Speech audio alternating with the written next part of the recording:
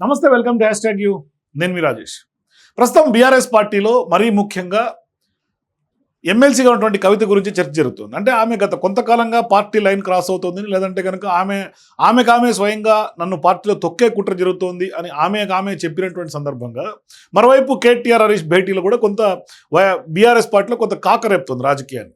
మరి ఇప్పుడు కవిత ఆమె అమెరికాకు వెళ్ళిపోయే ముందు ఆమె జాగృతిలో తెలంగాణ జాగృతి ఏదైతే ఆమెకు సంబంధించినటువంటి జాగృతి ఉందో ఆ జాగృతిలో వెళ్తూ కొన్ని పోస్టులను నియమించి వెళ్ళింది. 4-5 నియమించి వెళ్ళినటువంటి పరిస్థితి. అంటే విభాగాలకు సంబంధించినటువంటి ఇన్ఛార్జీలుగా వాళ్ళని కొంతమందిని కన్వీనర్లను వేసిపోయింది. మరి ఇప్పుడు అక్కడ విభాగాల కన్వీనర్లను వేయటం అది కాస్త బహిర్గతమైన తర్వాత ఒక పెద్ద చర్చ ఏంటంటే, ఇప్పుడు ఆ రాష్ట్ర కన్వీనర్లందరూ కూడా బీసీ వర్గం వాళ్ళే ఉండటం, బీసీ లైన్లో కవిత వెళ్తూ ఉండటం, అంటే తాను బీసీ పక్షం అని చెప్పుకునే ప్రయత్నం చేస్తోంది కవిత అనేది కూడా పొలిటికల్ సర్కిల్స్లో వినిపిస్తున్నటువంటి చర్చ. మరి ఇప్పుడు ఆమె నియమించినటువంటి మహిళా కన్వీనర్ కానీ, యువజన కన్వీనర్ కానీ, రైతు కన్వీనర్ కానీ, విద్యార్థి కన్వీనర్ కానీ ఈ అంశాలపై ఫోకస్ చేసే ఉద్దేశంతో కొంత పోరాటానికి ప్లాన్ చేస్తున్నట్టుగా తెలుస్తుంది. అంటే కేసీఆర్ కూడా కొంత బీఆర్ఎస్కి ఆల్టర్నేటివ్గా కొంత కవితని జాగృతిని కొంత హైప్ చేసే కార్యక్రమాన్ని, అంటే ఒక రకంగా కేసీఆర్ స్కెచ్లో భాగంగానే ఇదంతా నడుస్తున్నట్టుగా స్పష్టంగా తెలుస్తుంది. అంటే ఇప్పుడు విషయం ఏంటంటే, కవితను ఈ విధంగా డ్రైవ్ చేస్తున్నటువంటి సందర్భంలో అక్కడ కవితతో పాటుగా మరి ప్రభుత్వం మీద అట్లాగే బీఆర్ఎస్ పార్టీని కూడా కొంత ఇరుకుని పెట్టే ప్రయత్నం ఇప్పుడు కవిత చేస్తున్నట్టుగా పొలిటికల్ సర్కిల్స్లో పెద్ద చర్చ జరుగుతుంది. ఎందుకు ఈ చర్చ అంటే, ఆమె గత కొంతకాలంగా ఆమె సెల్ఫ్ ఎజెండాతో ముందుకెళ్ళటం, మరి ఇప్పుడు బీఆర్ఎస్ పార్టీ వాళ్ళు ఒక రకంగా చెప్పాలంటే డిఫెన్స్లో పడటం. అంటే కవిత చేసిన తర్వాత ఇప్పుడు ఖచ్చితంగా గత్యంతరం లేక వాళ్ళు కూడా బీసీ నినాదాన్ని ఎత్తుకోవాల్సినటువంటి దుస్థితి ఇప్పుడు బీఆర్ఎస్ పార్టీకి స్పష్టంగా వాళ్ళ ముందున్నటువంటి ఆప్షన్. అందుకనే హరీష్ కేటీఆర్లు వరుసగా భేటీ అయ్యి ఏం చేయాలి, కవిత ఈ విధంగా చేసింది, మనం ఎట్లా ముందుకు తీసుకెళ్ళాలి బీఆర్ఎస్ని, మరి ఏంటి అనే అంశాల మీదే వాళ్ళు చర్చలు జరిపినట్టుగా స్పష్టంగా అర్థమవుతుంది. అంటే ఇప్పుడు వాస్తవంగా ఒక రకంగా చెప్తే తెలంగాణ రాజకీయ వర్గాలు అంటే ఇక్కడ ఉన్నటువంటి పార్టీలన్నీ ఒక రకంగా బీసీల చుట్టూ తిరుగుతోంది. ఎందుకంటే ఓవైపు ప్రభుత్వంలో ఉన్నటువంటి కాంగ్రెస్ పార్టీ బీసీ నినాదం ఎత్తుకుంది, బీసీకి సంబంధించినటువంటి కులగణన చేసి చూపించింది. ఇక బీజేపీ బీసీ నినాదం ఎత్తుకుంటుంది. ఇక గత్యంతరం లేక బీఆర్ఎస్ కూడా ఆ బాట పట్టాల్సి వస్తుంది. ఇప్పటికే కవిత బీసీ లైన్లో కొనసాగుతున్నారు. ఎందుకు వాళ్ళందరూ కూడా బీసీ నినాదం ఎత్తుకున్నారంటే, రాష్ట్రంలో జనాభా పరంగా కూడా బీసీ జనాభా ఎక్కువ తెలంగాణలో. వారిపైనే ఇప్పుడు కొంత కవిత ఫోకస్ పెట్టినట్టుగా తెలుస్తుంది. బీసీ వర్గాలకు వాళ్ళు మరింత చేరువు కావాలని పక్కా ప్రణాళికలు రూపొందించినట్టుగా తెలుస్తుంది. అందుకే ఇప్పటికే ఆమె ఆయా వర్గాలకు దగ్గర అయ్యేందుకు రిజర్వేషన్లు, పూలే విగ్రహం ఏర్పాటు, ఇట్లా అనేక అంశాలపై గలం వినిపిస్తూ ఇప్పుడు ఉద్యమ కార్యాచరణతో ముందుకు సాగుతున్నారు కవిత. మరి ఇందులో భాగంగానే జాగృతి కమిటీల్లో కూడా కీలక బాధ్యతలు అప్పగించారు. గ్రామ స్థాయి నుంచి రాష్ట్ర కమిటీ వరకు కూడా బీసీలకు 50% పదవులు అప్పగించేందుకు సిద్ధమైనట్లుగా తెలుస్తుంది. ఆమె ఇప్పటికే సామాజిక తెలంగాణ నినాదం కూడా ఆమె చేసింది. మరి సామాజిక తెలంగాణ అంటే ఖచ్చితంగా బీసీలకు న్యాయం జరిగే విధంగా చూసుకుంటున్నట్టు తెలుస్తుంది. ఓవైపు ప్రభుత్వం పైన, మరోవైపు బీఆర్ఎస్ పైన కూడా త్వరలో అయిపోయే కమిటీల్లో సైతం ఎక్కువ ప్రాధాన్యత ఇచ్చేలా కొంత ప్రెషర్ పెంచేలా ప్రెషర్ పాలిటిక్స్ని కవిత బిల్డప్ చేస్తున్నారు. ఆమె ఇప్పుడు బీఆర్ఎస్లో ఒక పవర్ సెంటర్గా తయారయ్యారు. రాష్ట్ర రాజకీయాల్లో కీలక నేతగా ఎదిగేందుకు పక్కా స్కెచ్ తోటి ప్రణాళికలు రూపొందిస్తూ ముందుకు సాగుతున్నారు. ఇందులో భాగంగానే తొలి ప్రాధాన్యతగా బీసీ అంశం ఎత్తుకొని ప్రజల్లోకి వెళ్తూ ఉన్నారు. బీసీల్లో ఉన్నటువంటి అన్ని సంఘాలతో ఇప్పటికే భేటీలు ఆమె కంప్లీట్ చేశారు. సమస్యలపై పోరాటానికి కసరత్తు ప్రారంభించారు. ఇప్పటికే రౌండ్ టేబుల్ సమావేశాలు నిర్వహించడంతో పాటుగా పూలే విగ్రహాన్ని అసెంబ్లీలో ప్రతిష్ఠించాలని కూడా ప్రభుత్వం పైన కూడా ఒత్తిడి చేస్తున్నారు కవిత. మరి రాష్ట్ర ప్రభుత్వం తాజాగా బీసీ కులగణన చేయడం పైన కూడా ఆమె విమర్శలు గుప్పించారు. ఆమె కులగణనకు సహకరించారు. రిజర్వేషన్ ఇవ్వాల్సి వస్తుందని కూడా బీసీ జనాభాను తగ్గించారనే డిమాండ్ను ఆమె తెర మీద తీసుకొచ్చారు. మరి బీసీ జనాభాకు అనుగుణంగా రిజర్వేషన్లో కొంత అవకాశాలు ఇవ్వాలని, 42% విద్యా, ఉద్యోగ, రాజకీయాల్లో అవకాశాలు కల్పించాలని, రాబోయే స్థానిక సంస్థల ఎన్నికల్లో కూడా ఇదే ప్రాతిపదికన ఇవ్వాలనే డిమాండ్ ఆమె తెర మీద తీసుకొస్తున్నారు. దాంతో పాటుగా ప్రభుత్వం నామినేటెడ్ పదవుల్లో కూడా 42% ఇవ్వాలని ఆమె కవిత పట్టుబడుతున్నారు. ఒకవైపు బీసీ అంశాలపై పోరుబాట పడుతూనే మరోవైపు సొంత సంస్థ అయినటువంటి జాగృతి బలోపేతం పైన కూడా కవిత పక్కా ప్లాన్ తోటి ముందుకు సాగుతున్నారు.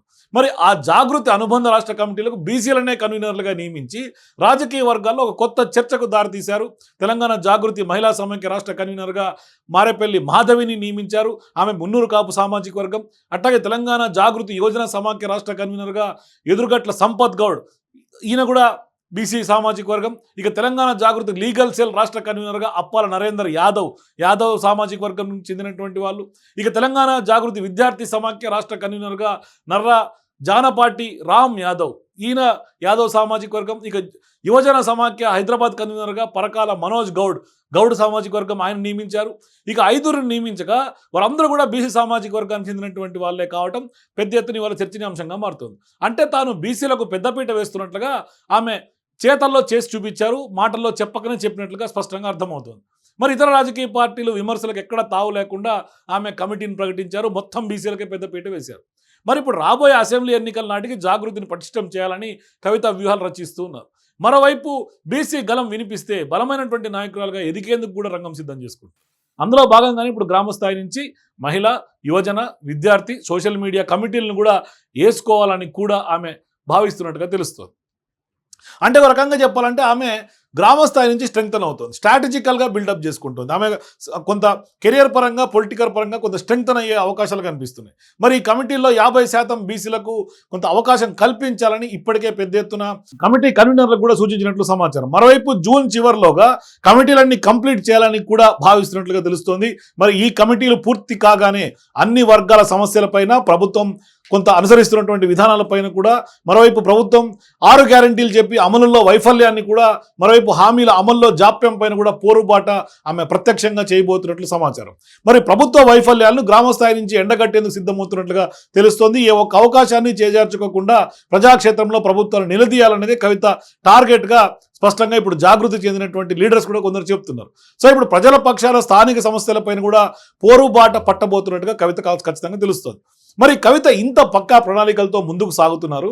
జాగృతి అనుబంధ కమిటీల కీలక బాధ్యతలు కూడా బీసీ వర్గాలకు కట్టబెట్టారు. దీంతో ఒకవైపు ప్రభుత్వాన్ని, మరోవైపు బీఆర్ఎస్ పార్టీని కూడా ఇరుకుని పెట్టినట్టుగా స్పష్టంగా అర్థమవుతోంది. కాంగ్రెస్ ప్రభుత్వం రాబోయే స్థానిక సంస్థల ఎన్నికల్లో బీసీలకు 42% ఇచ్చేలా కూడా ఒత్తిడి పెంచినట్లయింది. అంతేకాదు త్వరలో చేపట్టబోయే కేబినెట్ విస్తరణ జరిగినా, ప్రభుత్వంలో ఏదైనా నామినేటెడ్ పదవులు ఇచ్చినా వాటి భర్తీల్లో కూడా బీసీలకు ప్రాధాన్యత కల్పించేలాగా కవిత పరోక్షంగా ఒత్తిడికి శ్రీకారం చుట్టారు. లేదు అంటే ఖచ్చితంగా విమర్శలకు దారితీసేలా కూడా అవకాశం కల్పించారు. అంతేకాదు బీఆర్ఎస్ సైతం డిఫెన్స్లో పడేశారు. త్వరలో బీఆర్ఎస్ కొంత క్షేత్రస్థాయిలో పార్టీని బలోపేతం చేయాలని భావిస్తోంది. మరి ఆ పార్టీలకు సంబంధించినటువంటి కమిటీల్లో కూడా గ్రామ స్థాయి నుంచి రాష్ట్ర స్థాయి వరకు వేసేందుకు ఇప్పటికే బీఆర్ఎస్ సిద్ధమవుతోంది. ఇట్లాంటి సందర్భాల్లో కవిత జాగృతి కమిటీల్లో బీసీలకు పెద్దపీట వేయడంతో గులాబీ పార్టీల్లో కూడా బీసీలకు కొంత అవకాశాలు ఎక్కువ ఇచ్చేలా, రాజకీయ అవకాశాలు కల్పించేలా ఆమె సొంత పార్టీ పైన కూడా ఒత్తిడి పెంచే ప్రయత్నం కవిత చేస్తుంది. లేదు అంటే బీసీ వర్గాల నుంచి విమర్శలు ఎదుర్కోవడం ఖచ్చితంగా బీఆర్ఎస్ వంతు అవుతుంది. మరి ఆయా వర్గాలు ఇప్పుడు ఇదే చర్చ జరుగుతోంది. మరి పరిస్థితి ఏ విధంగా మారే అవకాశాలు ఉంటాయనేది మాత్రం $1 మిలియన్ క్వశ్చన్. కానీ మరి బీఆర్ఎస్ ఎంత శాతం బీసీలకు పెద్దపీట వేసే అవకాశం ఉంటుందో కూడా వెయిట్ చేసి చూడాలి. కానీ వాస్తవానికి మరి ఇదంతా కూడా తండ్రి కేసీఆర్ స్కెచ్లోనే బాటగా జరుగుతుందని కూడా తెలుస్తోంది.